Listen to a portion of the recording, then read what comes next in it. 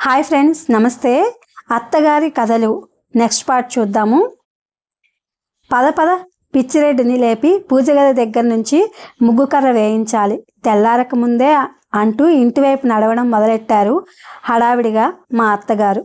చీకట్లో ఏవో జరజర మా వైపుకు వస్తున్నట్లు అనుమానం కలిగింది. ముందుకు వేయబోతున్న కాలు చటుక్కున వెనక్కి తీసుకుని ఓయమ్మో పాము లేవు అంటూ ఒక్క అరుపరిచి ఎగిరి నన్ను వాటేసుకున్నారు మా అత్తగారు.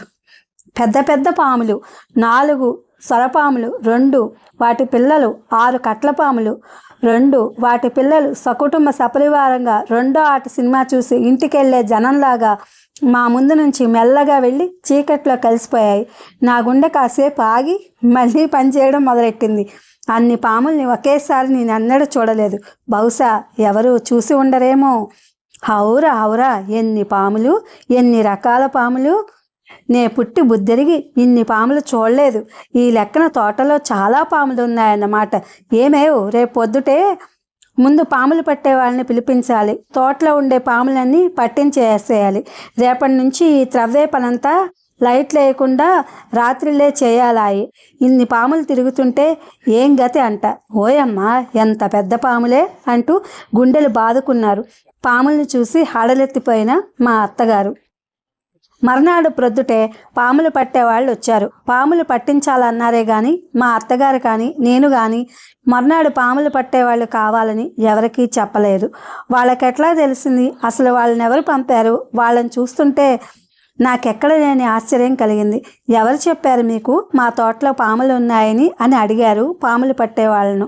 అయ్యో తల్లి, మాకెరువు చెప్తారు. ఏడ పాములుంటే ఆడకి మా కాళ్ళు ఇడ్చుకు వస్తాయ్యాయి అన్నారు పాముల వాళ్ళు. వెనక నుంచి మా అత్తగారు నా చేతి మీద గోకి వీళ్ళు రావడం ఏమిటే, వీళ్ళ తలకాయ, వీళ్ళని నా ఋషులే పంపించారు అన్నారు రహస్యంగా నా చెవిలో.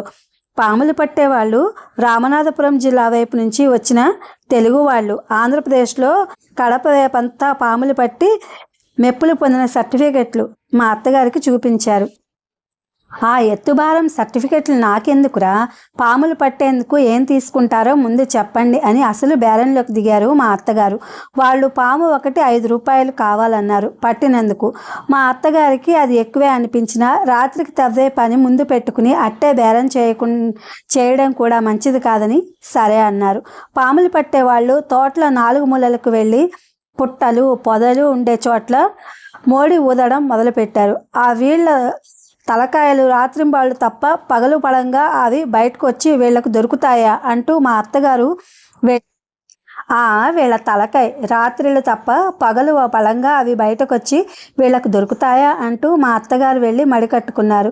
పాముల గొడవ నాకు వదిలేసి 4 వైపుల నుండి పెద్ద పెద్ద పాములు 10 పట్టుకొచ్చారు. క్రితం రాత్రి చూసిన పాములు కూడా ఉన్నాయి. వాటిల్లో తోటలో పనివాళ్ళంతా పరిగెత్తుకొచ్చారు. బాబోయ్ ఎన్ని పాములు, ఎంత పెద్ద పాములు అనుకుంటూ ఆ కేకలు విని మా అత్తగారు కూడా వంటింట్లోంచి పరిగెత్తుకొచ్చారు. చూడండి పెద్దమ్మో, తోటలో మీరు ఎన్ని పాములు పెంచుతా ఉండారో అంటూ పట్టుకొచ్చిన 10 పాముల్ని మా అత్తగారి కాళ్ళ ముందర వదిలేశాడు. ఓయమ్మ చచ్చానే అంటూ ఒక్క గెంతి పక్కనున్న పనివాళ్ళ నులక పంచం ఇచ్చారు. మడి సంగతి మర్చిపోయిన మా అత్తగారు.